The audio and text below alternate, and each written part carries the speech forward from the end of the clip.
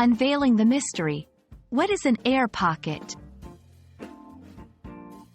Hello, dear viewers. Today, we're going to unravel the mystery of a term you might have heard on your last flight or perhaps in a weather report. Air pocket.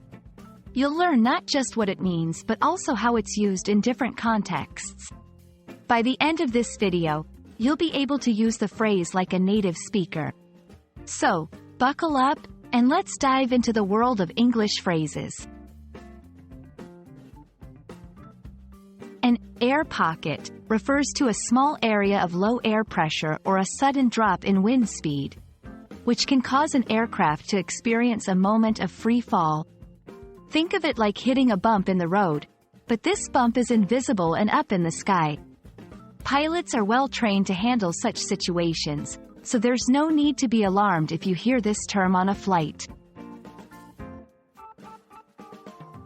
The term air pocket can also be used metaphorically. For instance, someone might say they hit an air pocket after a sudden drop in their business profits. It's used to describe any situation where there's an unexpected downturn or a brief interruption in progress. Let's put air pocket into some sentences. The airplane hit an air pocket, which caused a bit of turbulence. The stock market hit an air pocket due to unexpected news, but recovery followed shortly after.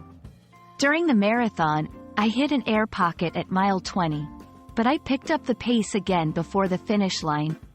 Using air pocket in a sentence can add a dynamic element to your conversation, making it clear that you're talking about a brief and usually unexpected difficulty.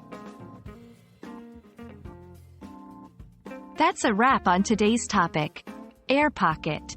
I hope this video has cleared up any confusion and you now feel comfortable using the phrase in various contexts. Remember, learning English is like flying.